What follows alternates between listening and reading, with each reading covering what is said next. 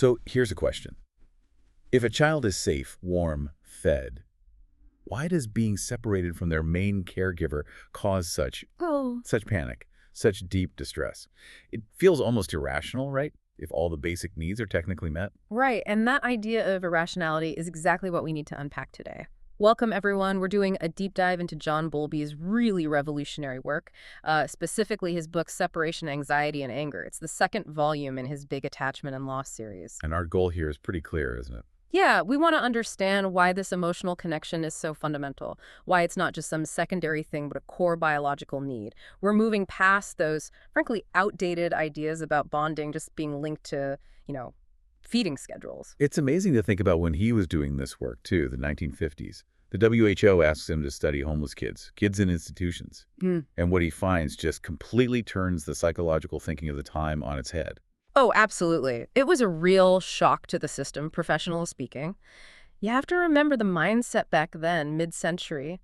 The dominant view, coming from psychoanalysis and behaviorism, was that the caregiver, typically the mother, was just a secondary reinforcer. Kind of like a warm vending machine that dispenses milk. That's actually a pretty good analogy, yeah. The need-gratifying object. The baby's hungry, the mother provides food, and then, only then, the baby starts to associate the mother with feeling good. The actual emotional bond. That was considered secondary, learned, not innate. Wow, that sounds so incredibly simplistic today. Was that really the serious academic view? It absolutely was. Attachment was thought to be learned, conditioned.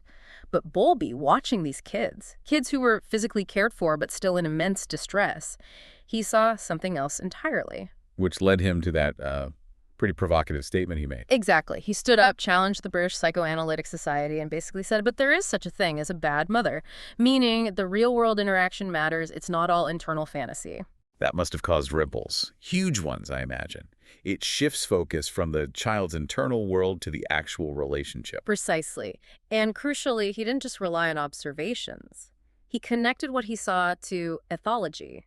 Studying animal behavior in the wild. This gave his ideas a biological, evolutionary basis. And importantly, it made them testable. Okay, so let's dig into that core evidence.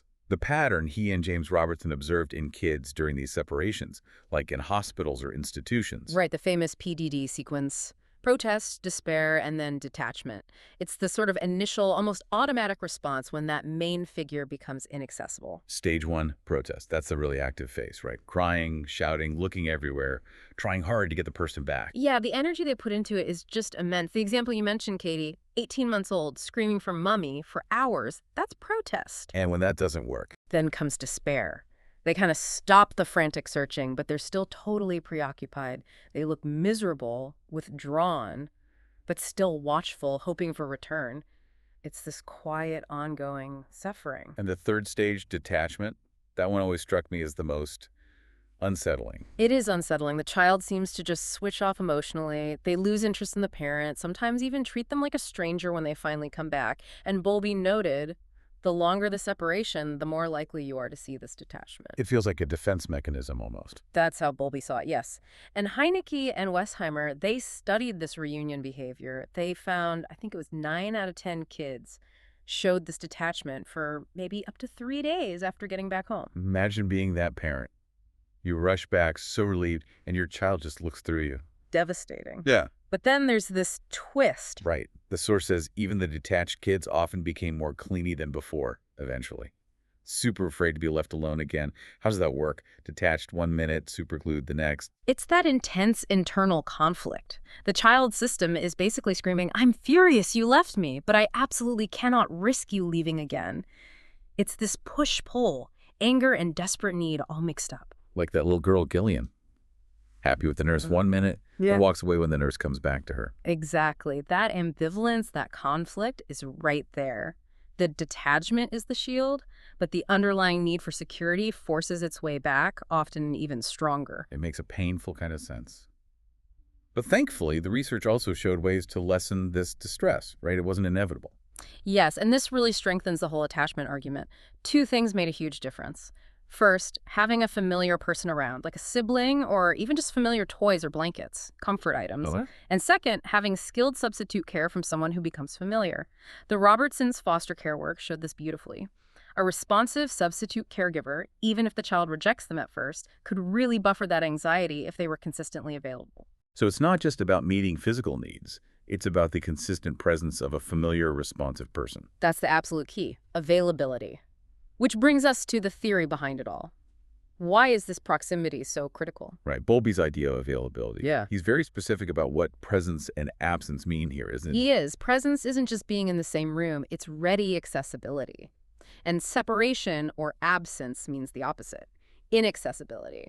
The person isn't just gone, they're unavailable and unresponsive if needed. And this connects directly to his view on fear. He really pushed back against labeling common fears like fear of the dark or being alone as just neurotic hang-ups. He absolutely did. He argued that fear isn't always irrational.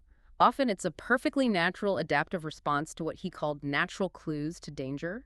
Things like strangeness, sudden noises, darkness, and crucially, being alone. Things that, evolutionarily speaking, would have signaled increased risk. Precisely. Our ancestors evolved in environments where being alone, especially in the dark or unfamiliar places, genuinely was more dangerous.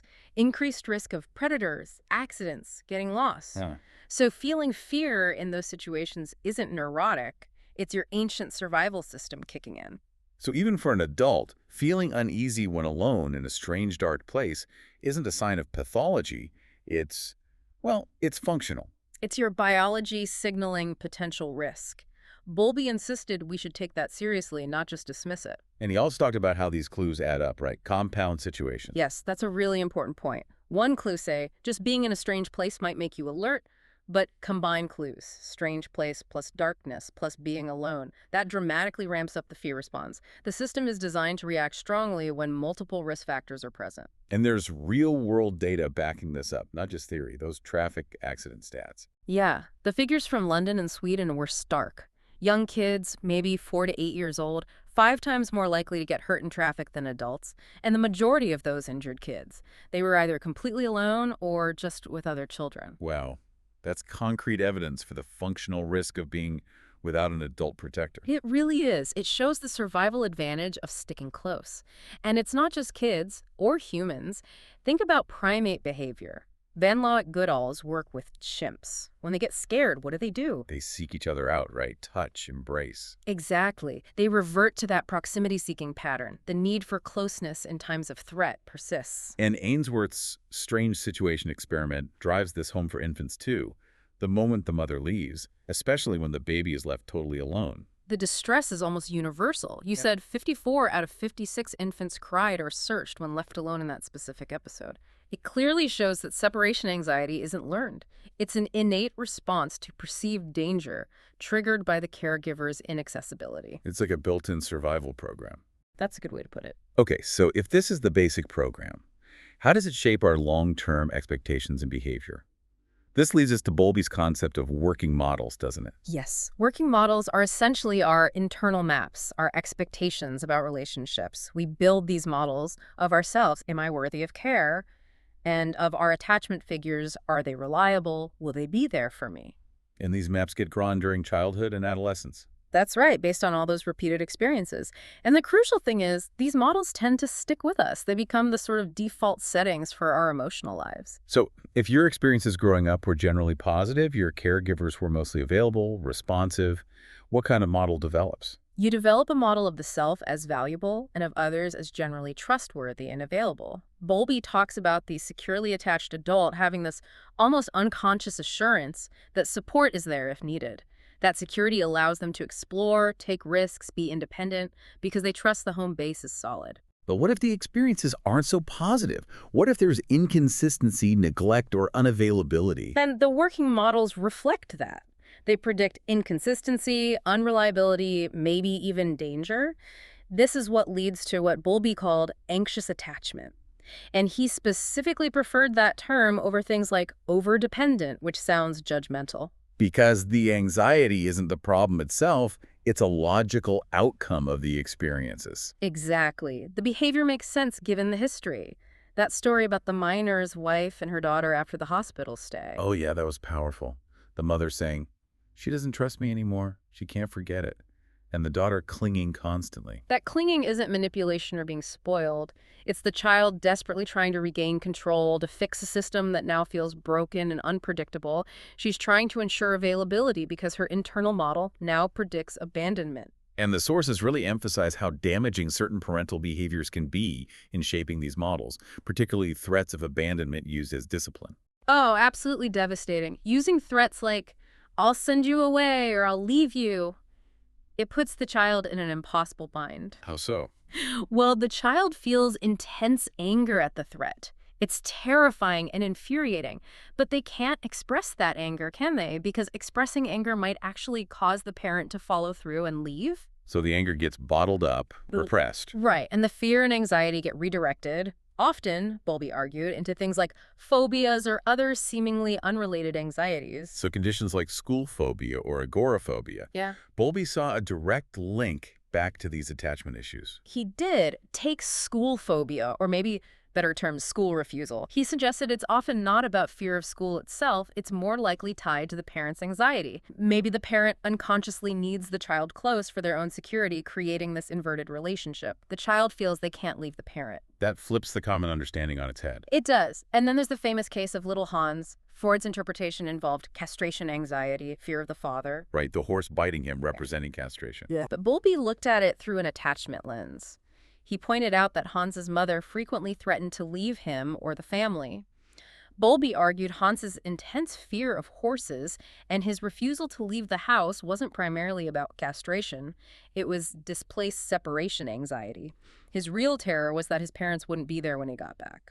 That makes a lot of sense, actually. It grounds the phobia in real, documented relational threats rather than just symbolic internal conflicts. Exactly. It makes the fear understandable, functional even, within that context. And finally, we should touch on anger again. Bowlby saw anger related to separation as having a function too. Not just a negative emotion, but serving a purpose. Potentially, yes.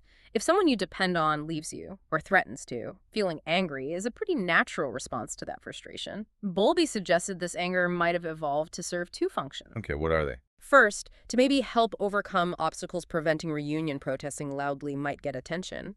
And second, to act as a deterrent, basically signaling, don't you dare leave me again.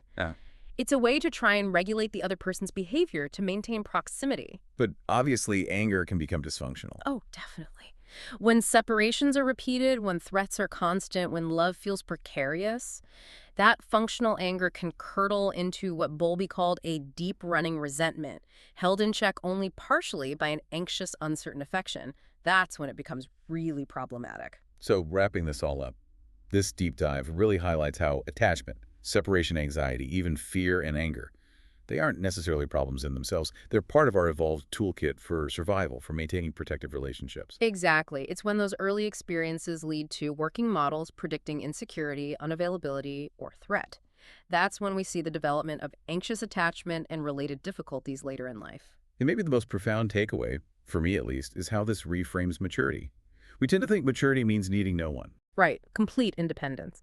But Bowlby flips that. He suggests true maturity isn't the absence of attachment needs, but having the inner confidence built on secure early relationships to go out and explore the world, knowing you have a secure base to return to, someone reliable and available. It's the confidence springing from security, not the denial of the need for it.